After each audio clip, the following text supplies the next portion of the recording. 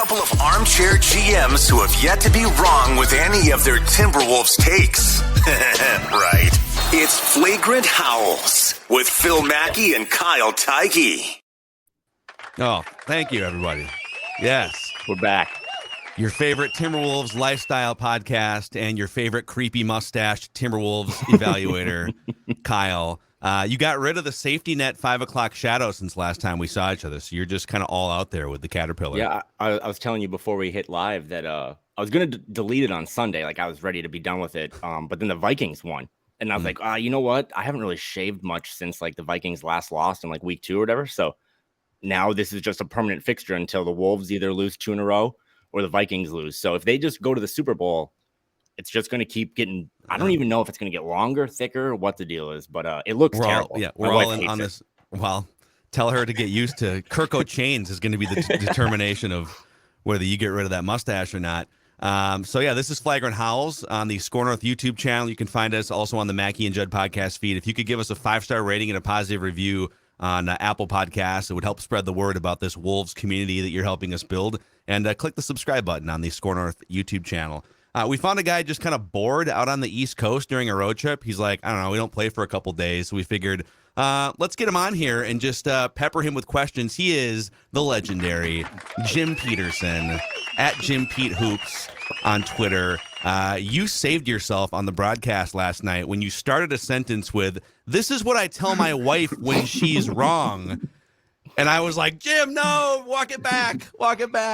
Yeah. Nice work, sir. I've got a lot of history with my wife. She watches all the games, and so she loves it when I mention her, both bad and good. So we've got a long history of doing it. So okay, good, good. I want to thank you for not only coming on the pod, but you brought up a topic last night that I don't think any other broadcaster has ever brought up, and that's the idea of microwaves in hotel rooms.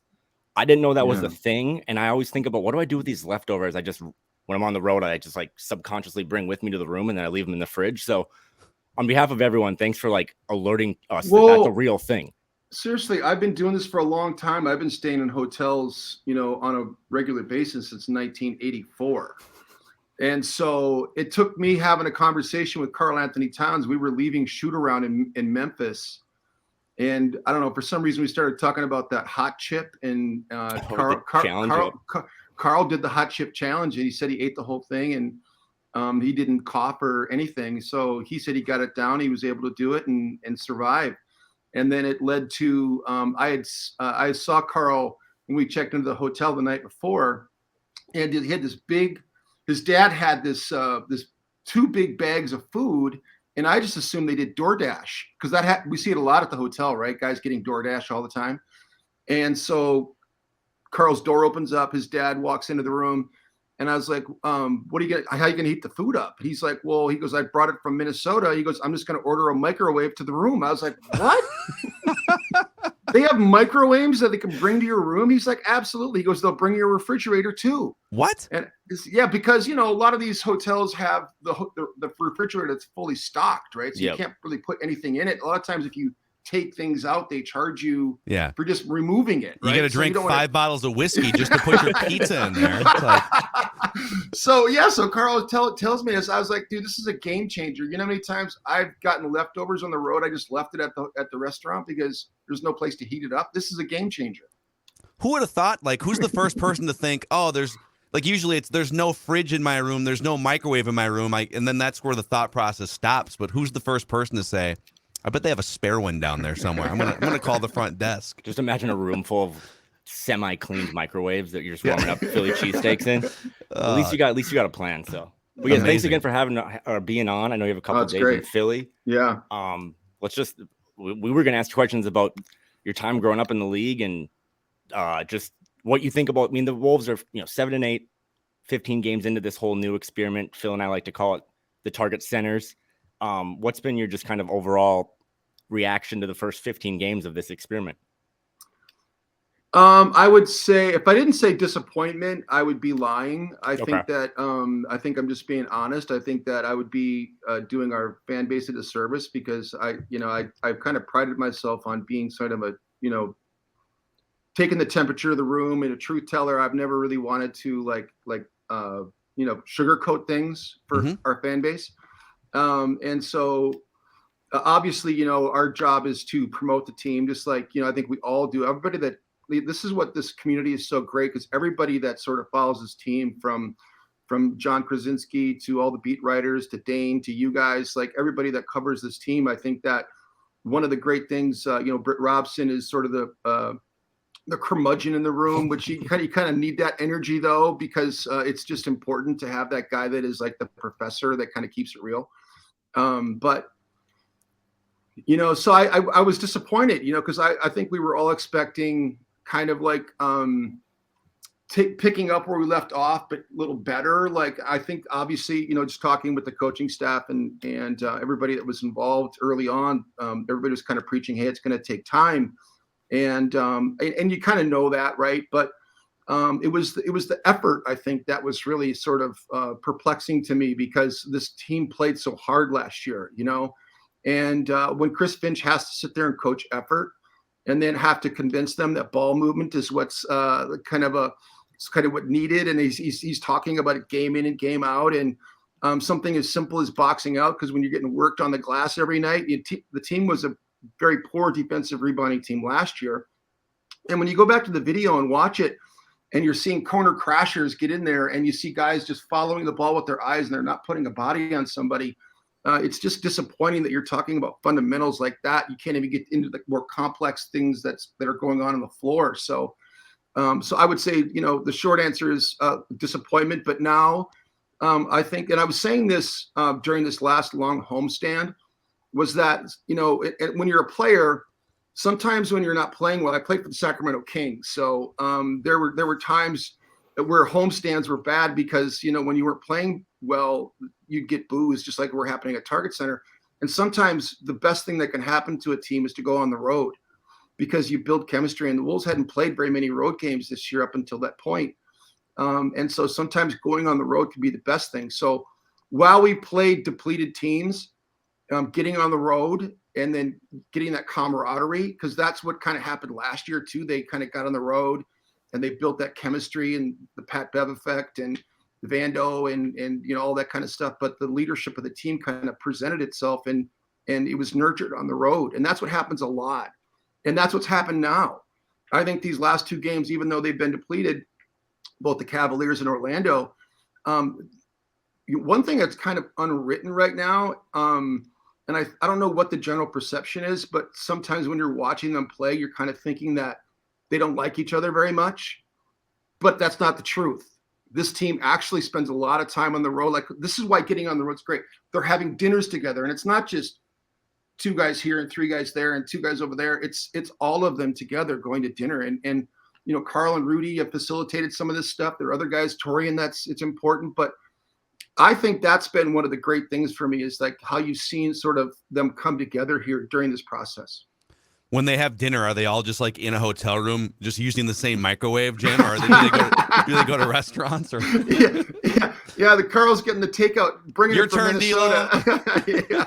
Run it back. Yeah. So you've hit on. So we, Kyle and I, one of the things we started this podcast actually right after the Gobert trade went down, and our goal was to start it during kind of the summer off season, and all of a sudden, boom! Oh, here's Rudy Gobert, and as we were during kind of the dormant months, we actually, in one of our episodes, we did the leadership power rankings on this team, and it was hard because you take away Pat Bev, and you can correct me on some of this stuff because you are closer to the team than I am, but Cat isn't always the most natural, like, hey guys, follow my lead. I mean, he speaks to the media and whatnot, but I'm not sure that he has like the natural leadership of other star players. And Anthony Edwards is 21, and Gobert's coming into a new spot.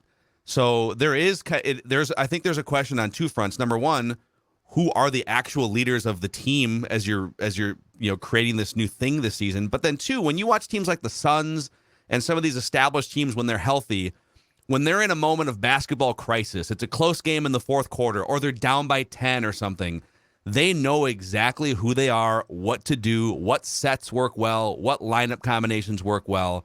And this team's trying to figure that out as well. So on one hand, I'm with you. It's disappointing that they're under 500 through 15 games. On the other hand, they probably needed 20 or 25 games to figure some of this stuff out. I mean, that 03-04 team with veterans and KG and Cassell, they needed 20 games to figure it out too. So I don't know. How do you? Am I sniffing around here, right? That they're trying to figure out leadership. They're trying to figure out who they are in some of these big moments. That's what it feels like when I watch. Yeah, I think that I think D'Angelo Russell has a higher basketball IQ. I think people realize that he's a smart guy, right? Like he's a very high functioning individual, and I think he knows the game. And I think that part of what makes him diminished in a way is that sometimes he doesn't always give you the effort that you want at the point of attack and ball screen action, getting through screens, being a tough defender, one-on-one, all that kind of stuff. So even though that's the truth, like he still does know basketball, and he's still like, it's like last night, for instance, when Orlando was making their run, Rudy was a little upset about not getting the basketball on some of those dives to the rim. And D'Angelo Russell play called his way out of it, and they ended up running the same set 4 times in a row, and they scored all 4 times. And that was D'Lo play calling that. And I think that's kind of, Finchie wants to play fast and free, right? He wants to play sort of put guardrails on the team and have them play fast and free, play unstructured in some ways. You've got secondary break actions that they run that kind of give them guidelines, but then they play out of it. But sometimes play calling is a good thing. And I think that having some structure is good. And that's what was needed last night. And he did that. So it's in those moments where you build trust in your teammates when you make those calls. And his game in Cleveland, I think, helped to replenish some of that trust as well. And so that was fun. So like you were a big guy in the 80s when you came into the league. And obviously the league was played differently, but there's this idea now, and it happened in Utah too. And that was one of the things that Jazz fans always say when Rudy left, is that, he wanted to be more of a fixture on offense. Do you put any stock into that idea that even for like a rim protector, kind of a defensive minded guy like Rudy, that you need to give him some scraps every now and then to kind of keep him engaged offensively? Because that's been one of like the things we've already, like last night, I thought you did a good job of pointing it out when he kind of turned around and was like demanding the ball. And then the next 2 plays, they fed him. And that's kind of when they took off and sealed the game. But do you think you got to keep Rudy engaged on offense to kind of keep him, mentally in the game on defense? You absolutely have to do that. I think that, because everybody has an ego, right? And Rudy's an all defensive player. I think that one of the things that you have to guard against is something that happened to Dwight Howard later on in his career. I think if you remember Dwight Howard, how good he was defensively, he started taking tutorial lessons in Houston from Kevin McHale and Keem Olajuwon, who are arguably the best 2 to do it in the history of the game. And I think that Dwight got to a point where he wanted to be featured more too. And I think that was detrimental to his career, because it got out of what he was and what he is as a player. So I think there's a tipping point, where it can become bad. Like, I think that there's a healthy combination of Rudy just not always having to run around and set screens and dive to the basket and be a decoy for the defense to collapse or distort the zone or the man-to-man defense or whatever it is. When he dives to the basket and they switch and he's got a little on his back, you've got to give him the basketball. Yep.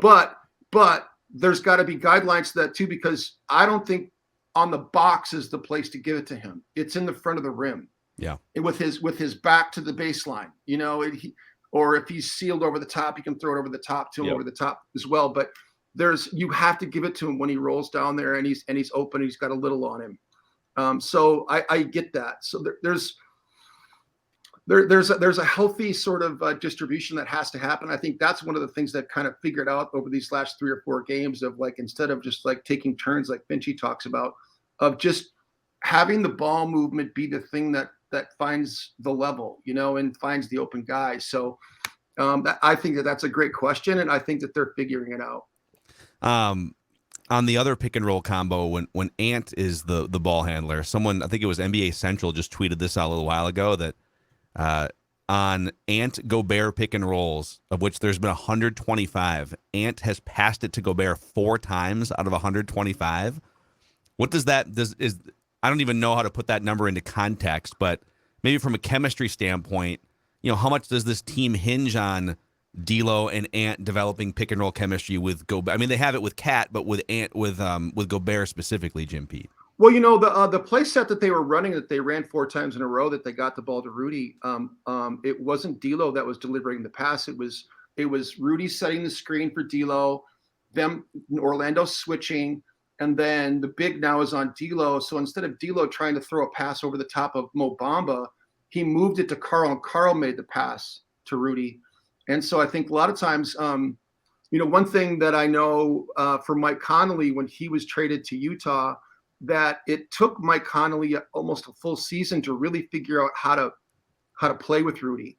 And for Donovan Mitchell, there was all that talk about Donovan not wanting to throw the ball to Rudy in ball screen action. But it really wasn't about that. Those two are small point guards. And a lot of times when switches happen or if you get in traffic, they would try to deliver that pass to Rudy and we get deflected. Or the big would go back to Rudy and we get deflected. Or Rudy wouldn't catch it. A turnover would ensue. And so one of the things that Utah started doing was to make that pass to the slot. And the slot player would make the pass to Rudy.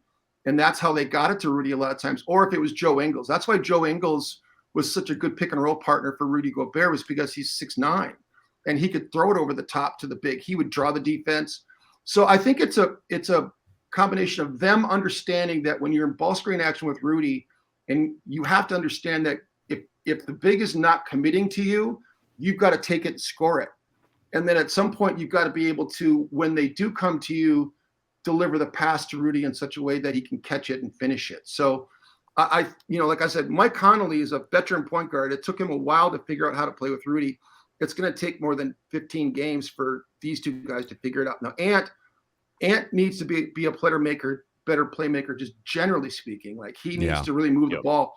One thing, just film studying for this Orlando game, watching Paolo Banchero, is that I don't know if you guys have seen him play much, but he's got tremendous feel on how to do just that. So like in some ways, he's already ahead of Ant in terms of his all-around play. One of the simple things that Ant can do too is a lot of times when you drive a seam and you get to the heart of the painted area, if you just slam on the brakes and look behind you, a lot of time that guy is the most open guy. So it's not, you can spray it to the corners, of course, and Ant did that a few games back. Like he did it in the San Antonio game, the blowout game, where and Finchie calls it a slam pass, right? You drive into the paint, you slam on the brakes, you turn around and you throw it behind you because that's where the wake is. That's where the opening is. Yeah. And I think Ant needs to do more of that as well. Because if he unlocks that playmaking part of his game, it's going to be a whole nother level for him. You mentioned Mike Conley and how long it took him to kind of figure out playing with Rudy. You played on a couple different teams in your career. Phil and I talk about this chemistry thing all the time. It's real, right? And how, like, if it is real, how long does it take sometimes to really figure out all the little kind of idiosyncrasies of a player and their tendencies? Like that can take half a season, right? I mean, we're kind of in that growing stages now of these guys figuring out how to play with him. It's such a different league now, though, and even like in the last 5 years, the way that defenses are played, I think that it was interesting that Finchie was talking about like the next level now for this team is to start reading defenses and being able to understand what they're seeing in front of them, making the right read. And so you talk about, like the chemistry part of it. Like, I think it's really difficult sometimes. I think you watching the games, when you guys watch the games, do you always really understand if they're playing zone or playing man? No. I don't sometimes it's but so, because like with the switching concept, you see switching all the time. And so like in a zone, you expect guys to hand off guys within an action in a zone, right? If you're playing a 2-3, if you're at the top guarding a ball screen, at some point you're going to hand that player off to somebody else and you kind of expect that. Well, switching concept looks like a zone a lot of times. And there are teams that will show man and then go zone, or show zone and go man within the possession after a pass or two. The Minnesota has that concept in their playbook. They do it too. And so you have to be able to diagnose that, and so that's where like Ant, like doing the reads, and that's where D'Lo, being experienced, he can do some of that. That's like the next level stuff of being able to read and understand what they're doing, what the matchups are. A lot of times with switching concept, Finchie talks about when a team switches a lot, and this is one thing that the Clippers would beat teams with, and Toronto does it, guys that have teams that have high switch rates, is that the reason why they're switching is they're trying to make it into an ISO game, and that if you start playing ISO basketball, you're playing into a switching concept that you really do. So that's why you got to move the ball, but you can slip a switch, you can roll a switch, and then you can drive behind a switch. Okay, so if they're gonna switch, you can. That's where Rudy rolling and getting that guy on his back. That's a good thing for Minnesota. Or what he did last night, on the second time they ran that play 4 times in a row, Rudy slipped out of it quick, and they both stayed with D'Lo, and that's why Karl was able to feed him for the dunk. Like, so roll the switch the switch, or drive behind the switch. And so that's why Ant was not settling last night. He did a great job of, when they would switch, he would drive behind the switch, and he would get to the rim. And I think that's where I'm seeing like the most growth of them understanding how to play, and then move the ball against the switch too, right? Don't sit there and play ISO ball all the time. That's when it gets stagnant, and that's when it doesn't look good. So I think they're learning, and Finchie is just so good. Like, I just think that he kind of stayed patient. I know that it's probably like doesn't always look that way, but he's such a great teacher. And I've just seen him work, because we're at practice, we're at shoot around, we hear him talking, we hear the coaches talking, and they're driving home these lessons, man. It's just a matter of whether these guys get it up into their brains and start facilitating. Yeah, well, and I mean, you talk about patience. They've 15 games in, and he's run the same line. He has not deviated from the starting lineup. Yeah. If it was up to Kyle and I just overreacting after like 5 minutes, like, okay, D'Lo never plays again after the bad stretch. You look at some of the J-Mac lineup combinations. It's just like he's always a positive influence. But clearly Finch has a feeling about the 5-man starting lineup, and he doesn't want to deviate from it. So I think if you deviate from it too, JimPete, you're kind of admitting, oh God, we're panicking a little bit. So maybe not deviating is sending a message to the team itself saying, no, this is the 5, and then we'll have different combinations after that. What are give us your thoughts on some of the different combinations that you like, some of the things that you think could work going forward? Who's got chemistry, and who would you look to double down on going forward? I really like J-Mac on the floor. I think that, there was a time, if you go back and look at lineup combinations with D'Angelo Russell too, there was a time where Ant and Cat couldn't play on the floor without D'Lo. And so there are situations where I think J-Mac is just I think everybody, since he's been brought up, and he went through the Iowa Wolves thing, and they kind of nurtured him down there. And when he would come up, everybody loved playing with J-Mac, so I think any kind of lineup with J-Mac in it is a good thing for me. I just have so much respect for his game and how he comes to play, whether he plays or doesn't play. He always comes in ready to play. And I think guys like it because he plays with the way he breezes up the floor. Like, he just gets the ball up the floor so quickly, either with the pass or with his dribble. He plays at great pace. He's not selfish. And he's one of those point guards that I think can still be incredibly successful running your offense, even though he can't shoot. Yeah. And so like that's very rare, by the way, of being able to do that, because a lot of times if they just go under on him all the time, that used to be Ricky Rubio's problem, right? Like, Ricky was such a master running an offense, but teams would go under on him all the time on ball screen actions, that sometimes Ricky would be a detriment to your offense against elite level teams. But J-Mac he just got that way of getting it back on the other end too. Like, he creates possessions for you. He's hard to play against. Like, he gets through screens in such a way that keeps your defense connected. So I like the way he plays with Ant.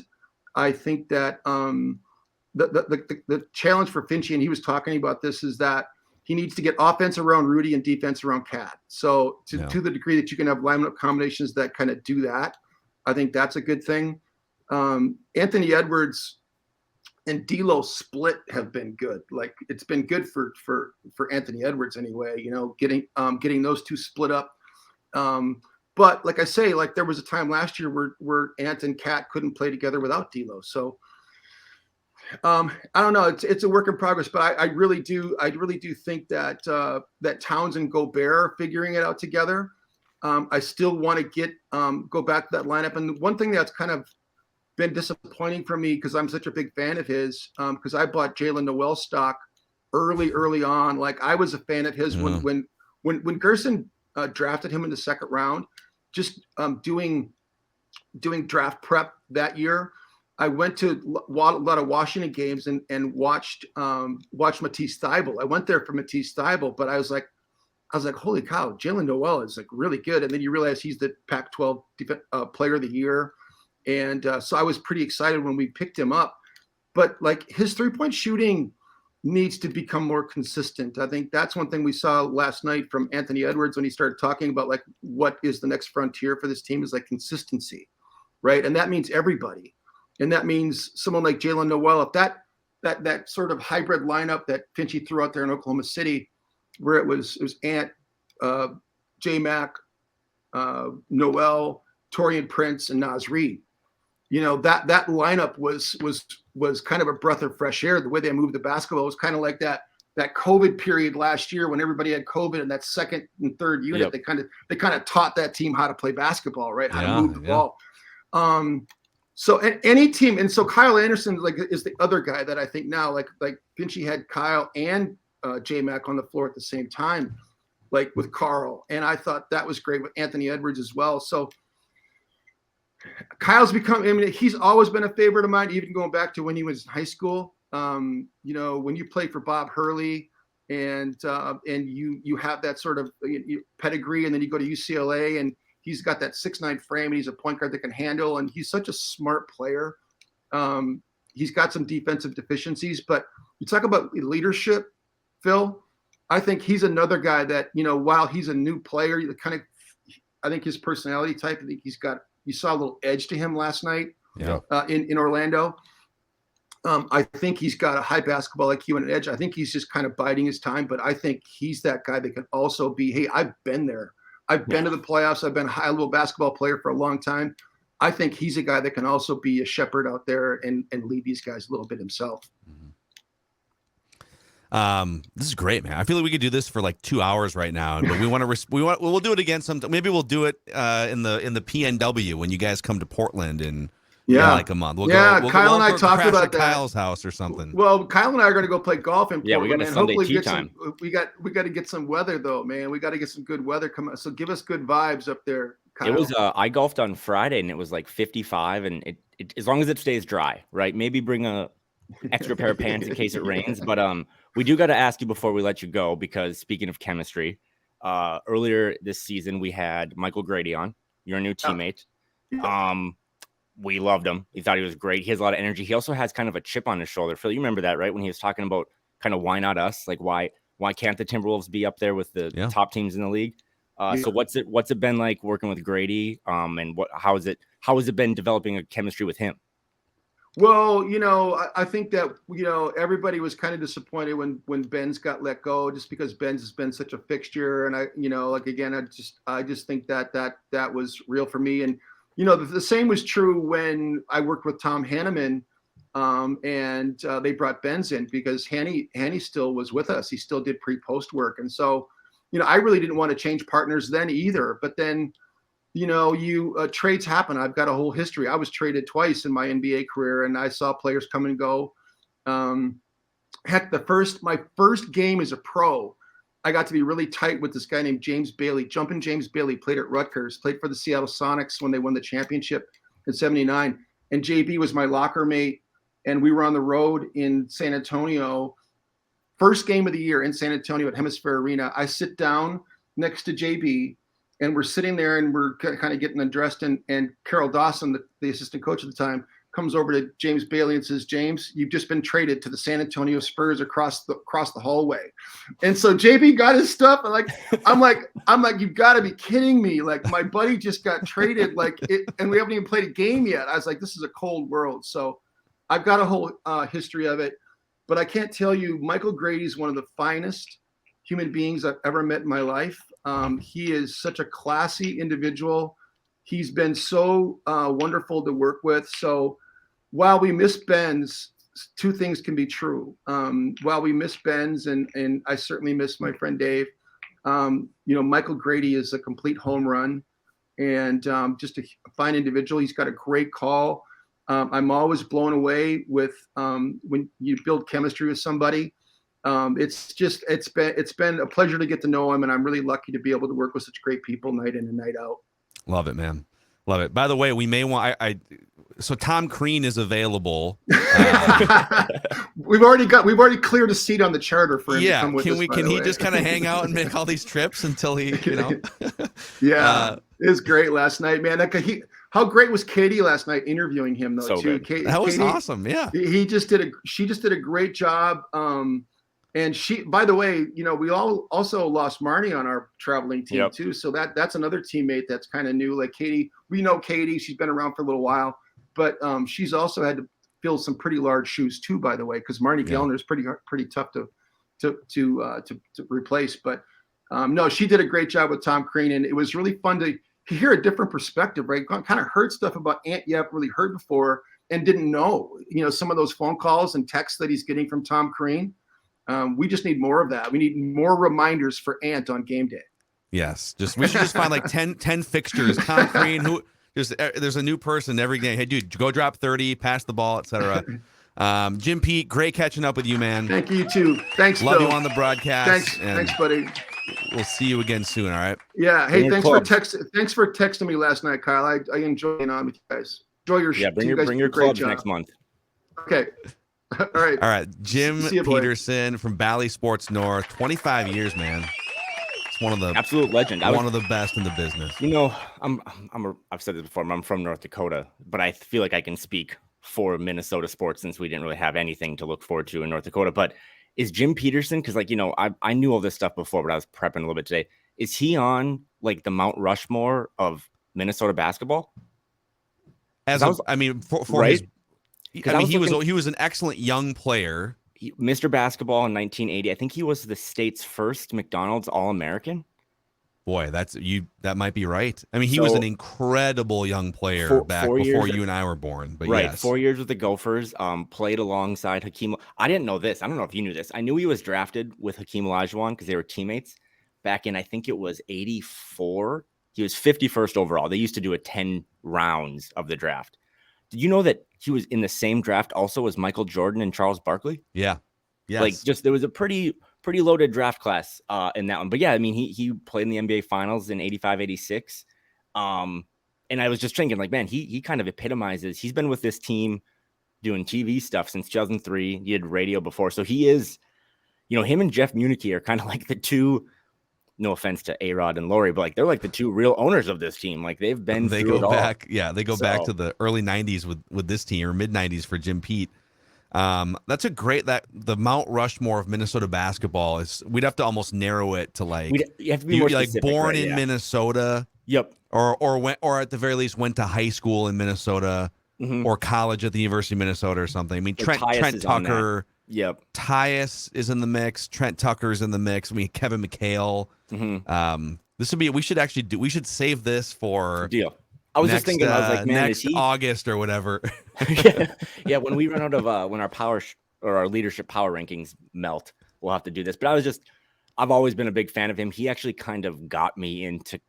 I interned with the Lynx back in the day when I was in college. And Jim was assistant coaching for Cheryl Reeve and the Lynx back when they were winning titles every other year. But he kind of got me into covering basketball by connecting me with the late great Tim Allen. He used to be the site manager at Canis. So there's not two bigger fans of JimPete than you and I. That's awesome, man. And he said it last night when we were swapping texts. Like we'll get him back on the pod this season. But I just thought it was a good time. The vibes are high.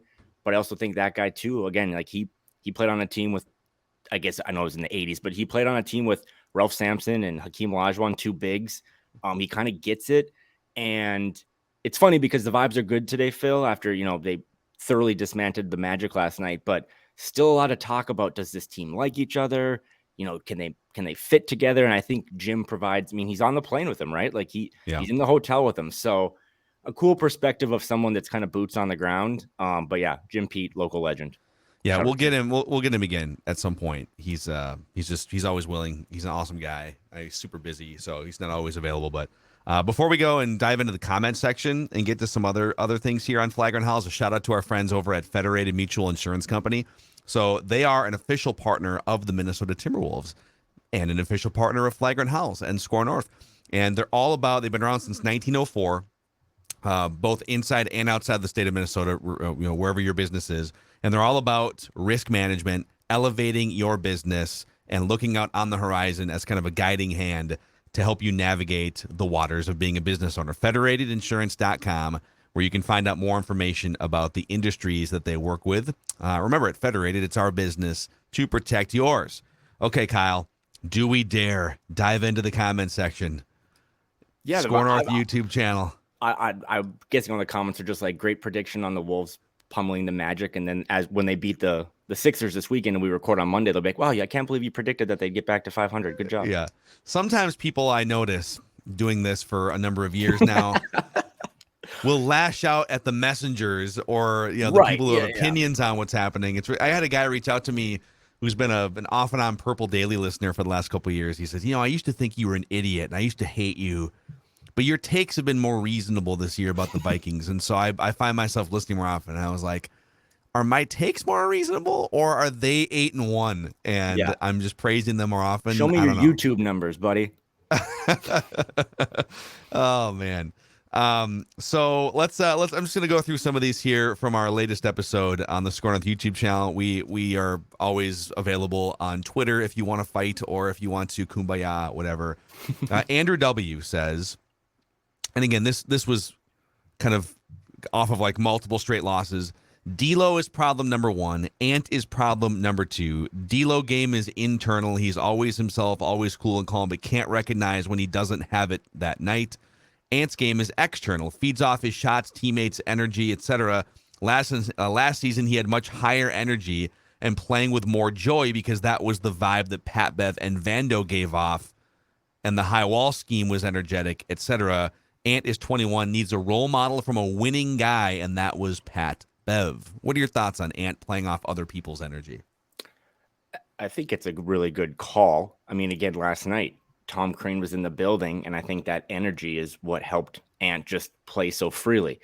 But I thought Ant gave some really good post-game quotes, too, about just, and John Krasinski had a sentence in his article today on The Athletic that was just all by itself, and it just says, Anthony Edwards is 21. Say it out loud. Like, he said it last night, I'm still trying to figure out, like, routines and habits, not just all the X's and O's that go on a basketball court, but I think that guy's trying to figure out when to go to bed.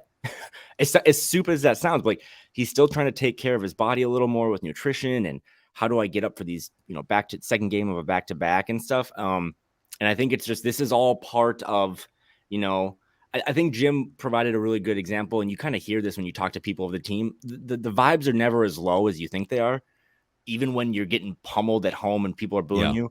And they're also really they're never as high as you think they are, right? Like the Golden State Warriors won a championship 6 months ago, and now that team has one of the worst vibes in the league. Body language is bad. They have no good players outside of Steph. So it's almost like one of the players punched another player right before the season started. Like that's kind of the vibes I'm getting from Golden State. Yeah, just like, hey, you know what? Maybe you shouldn't clock a guy in the teeth 2 days before the season starts. But no, I that's the next evolution for Ant is age and lack of experience, because he didn't have many games in college, were kind of a reason to give him an excuse, give him a pass compared to a guy like Karl or a guy like D'Lo. But also, as you see with like a John Morant, at some point you can be 22 and set the culture yourself. So I think Pat, Ricky got to play with Ricky Rubio his rookie year, who was a big change your face, be happy guy. Pat Bev was more of a, all business type guy. But I think Ant's had a good couple, teachers his freshman and sophomore year. But, you become a junior, you become a senior, you go off into the real world. Like, you got to start to establish that tone. So I thought last night, I actually thought, Ant played really well against the Grizzlies last Friday, kind of deferred on Sunday in a blowout win against the Cavs, and then last night did his thing again. So I think you're just kind of seeing him slowly figure it out. But I think the comment itself is a good call. There's no more 21-22 Timberwolves. There's no more Pat Bev. You got to figure out now, and who is going to be your new Pat Bev, who's going to be your energizer. That we talked about this on the Monday episode with Ant. Last night was another example of what he's capable of, and that's just taking over a game and hitting every shot from 3-point range and driving to the hoop. And he was a playmaker too. I mean, there was a bunch of drives to the hoop where he sucks in 3 defenders and boom, now it's spin cycle time, and he can be that guy. And he's been that guy in like 40% of their games so far this year. He's been that guy. Even just pulling up his game log. I mean, he now has 4 30-point games, a 29, a 28, couple 24-point games with efficient shooting. Those were losses. But, like, 40% of the games he's been the version that we know that he can be. Right. It's the other nights. When your shot's not going in, when when Tom Crean's not there, when the external energy is weird or something, how do you still make a huge impact on the game? And that's the biggest thing he's still trying to figure out. And it's the biggest thing that prevents a really good player or an all-star player from being more of a transcendent franchise carrying type player. And I will always say that he has all the tools, right? I think he has the mental makeup. He has the physical tools. I will always say, though, that he and everyone else in that 2020 draft class, it was just such a weird time to be drafted to professional basketball. It was COVID. There's no summer league. There's no real run up to the beginning of that season. And I just think he missed out. He's kind of a young, immature dude in general, being 21. He just missed out on a lot of important reps about, if he would have played in summer league his rookie year, he would have had a curfew in Vegas, right? He would have been just taught these little basic things. So I think you're starting to see him piece it more together. And last night, when you do post-game media, the players are separate from the coaches, but he talked about when they asked him hey, what the ball just seemed to move more tonight. What was the deal? And he's like, I think that was maybe in large part because of me, because I was making more cuts. I can't be lazy. I got to move. And then Finch 5 minutes later echoed the same thing. He was like, I thought Ant kind of inspired us in that starting lineup to move, play without the ball. So again, be that guy every night. Be that guy. You got to be that guy every night, because as we've talked about, all-star, star players can get you 35, 40 against the Magic, right? But superstars will get you that, 30 every night, and they'll just their floor is so much higher, and that's what John Morant did his third year. Yeah. So for Ant to take that next big leap, it's just got to be more consistent. But yeah, he looked well last night. I thought Karl has played now a really good string of basketball. He has very quietly, by the way. He hasn't. It's been a long time since I've watched the game and thought, God dang it, Karl, stop being. I wasn't going to let you off before I threw this question to you. Jim brought it up last night about Karl and D'Lo. Much credit to D'Lo, but getting Rudy involved in that one moment, and it kind of swung the tide again. But I don't know if it was the new hairstyle or turning 27, but it seemed like last night Karl-Anthony Towns did what you and I wanted, and he just played basketball. He looked like a professional, all business. And dude, he was clapping. There was 6 fans in the arena, and he clapped all of them. but not in the way that it got into his head and he was complaining. He was just they're pissing me off. They're sitting courtside on our end of the basket. I'm just gonna go get and ones 4 straight trips. I'm gonna cook Bol, and then I'm gonna look and bark. And I was like, you know what? I kind of like that. Yes, so, I would rather him bark in a controlled way at annoying fans than at the refs. If his energy is going to be divided between being a cyborg and scoring 30 points and grabbing 10 rebounds and just dominating the game and then clapping the idiot in the front row, or palms in the sky, playing the victim kind of stuff. Let's channel that out, bring the other stuff in. And that's the next evolution as a player. That's what happens when you get to eat leftovers in the hotel. Shout out to that microwave. Great. Shout out to that 4 Seasons microwave, because it might have turned. Did you catch the end of the game? I thought this was really cool. So I wanted to ask Jim about this. But the Wolves played on Friday in Memphis. Chris Vernon, NBA media guy, was there. He lives in Memphis. He kind of he tweeted out how the vibes just look bad, all the players' body language and they eye roll each other and stuff. Whatever. He was there, and I take that. I've seen some eye rolling even on TV. And when I was at the game against the Knicks, and old Macadac lucked his way into some nice seats where you can see the eyeballs of players, definitely some eye rolling. So that's not. And Verno is awesome at what he does. But then last night they had that moment late in the game where they put in AJ Lawson. He had just signed a 2-way. He kind of became an NBA player again. And they got a backdoor cut for him to get a dunk. And the players went crazy, so crazy that they actually got themselves a technical foul for that's right. breaking bench rules. But, again, I don't think anything Verno said last Friday was wrong. You said that too. Sometimes when things are low, this team just kind of side eyes everyone. But I also think it's worth noting that last night, those guys all kind of huddled around a young 2-way player. And again, going back to Jim's thing, it's never as low as you think. It's never as high as you think. So this team is trying to figure it out. We're at the 15-game mark. And I think they've played their best kind of, 48 times 2? I don't know. Played their best 100 minutes of basketball this season. So 96, by the way. 96. Thank you for that. Yeah, let's see if they can parlay it into they got a good game on Saturday on NBA TV against the Sixers. They'll be the second night of a back-to-back for Philly. So hopefully they can kind of keep this momentum building and get back to 8-8. And then that would be, if it's 3 in a row, it would be 144 minutes of basketball unless they go to Hold on, overtime. let me pull up Excel. Okay, yeah, you're right. Let's see. Stu's D in the YouTube comment section says, you need a straw that stirs a drink jar nearby. Every time Phil says it, $5 goes in. I don't think I said it yet on this episode. I don't think I have. But you had a thing. Maybe we can do this. Let's let a couple more games play out. You were going to lay out today why someone else is the straw that stirs the drink. Again, last night was so impressive. One game, Orlando had like one good player and 4 Disney characters out there, but I wonder if Goofy's just in the corner. Throw it to me. Yeah, and there's a Kyle Anderson audio clip where he was swearing, and it sounded just like Mickey Mouse, like the Mickey Mouse from South Park. I thought it was him.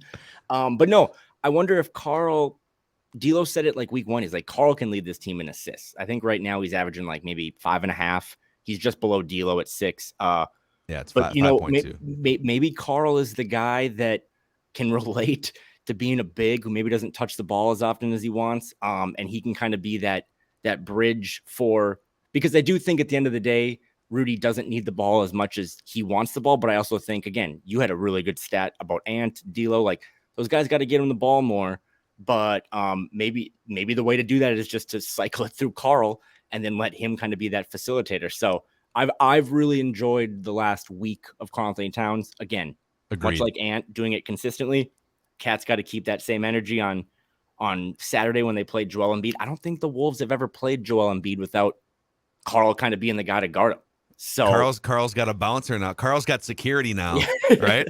Well, do you remember that game last year that was like, I think they were without Karl. They had just gotten pummeled in Charlotte, and then they went into Philly. And it was like that double overtime win, and D'Lo they brought Embiid back from his and like D'Lo's like, COVID they or thought that'd be something. sweet to bring him back or whatever. So there will be some storylines for that Saturday night game, but I do wonder now if D'Lo's still been really good this week, but Karl might be the get ready to drink, but Karl might be the straw that stirs the drink here because he just is a good facilitator, good teammate. And so he's averaging a career high in assists by far. It's like an extra assist per game on top of his previous high. His rebounds are down a little bit, but he's still averaging 9. His 3-point shot is actually at the lowest percentage since his rookie year. So he's at 37% right now. Likely will go up to 40% at some point this season. So he hasn't fully clicked on that yet. And so he's averaging 21, 9, and 5.5. And let's assume the points go up a little bit because he's going to be making some more threes. Let's say he becomes like a 23, 9 or 10 rebounds, 5 assists. If that's the version of Karl that you're getting, and you're getting a guy that's more involved in the passing game and distributing and stuff, like that's a huge win. If that's the guy that he is now, and we're tapping into some Karl passing and playmaking, that's a nice side effect for. Now it has to work within the context of a winning team and winning lineup combinations and stuff. But it's an interesting development is his passing resulting in other people getting baskets. One more here from Flip 101 commenting on your drunken Sunday escapades. Uh-oh. Is this He my says, dad's burner? all things considered, Kyle, you're not drinking enough water. Buddy, right here. Or is that gin? Is that gin or water? Nope, that's H2O. But no, Okay, I did need to mix in liquid IVs, liquid IV management. If you're out there listening, we'd love you to sponsor the pod as well. But liquid IVs are always a good way to get back in the game. Just mix that in, shaker bottle, you're back. Ready to rock and roll.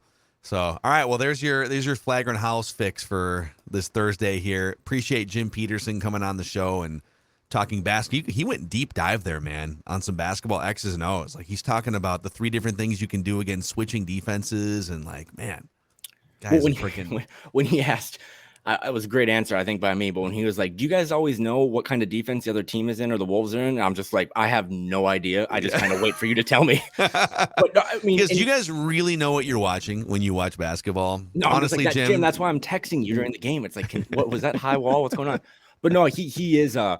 I know he took it pretty hard when Ben's kind of didn't get re-signed or whatever. But they were, he is known around the league as like, not only does he, as he started the whole podcast off, the first thing he said was, I was like, well, what do you think about this 15 games? And he's like, I've been disappointed. He doesn't hold back. I love it. He also just brings a ton of knowledge. I learned something new every night. So yeah, he's been great. I do want to ask him just like deep stories about being in the league. He still, I know, talks to Kevin McHale a lot. So at some point we got to get him back on and just be like, hey, give us all your best Kevin Garnett, Kevin McHale stories. But yeah, he educates us every night, and that's what you want from your analysis, right? Like you want him to obviously maybe kind of cheer for the team when things are good, but when they're not good, he's not afraid to. He doesn't hold punches. Yes, a freaking men. So thank you to everyone for we're like almost 4 months into Flagrant Howls here, something like that. And we just appreciate the early response here, the numbers on our end. We see it's been awesome. So thank you to everyone who's found us either via podcast or via the Score North YouTube channel. And we'll see if the Wolves can claw their way back to a 500 mark and then maybe take off at some point here. He's Kyle. I'm Phil. This is Flagrant Howls, your Timberwolves lifestyle podcast.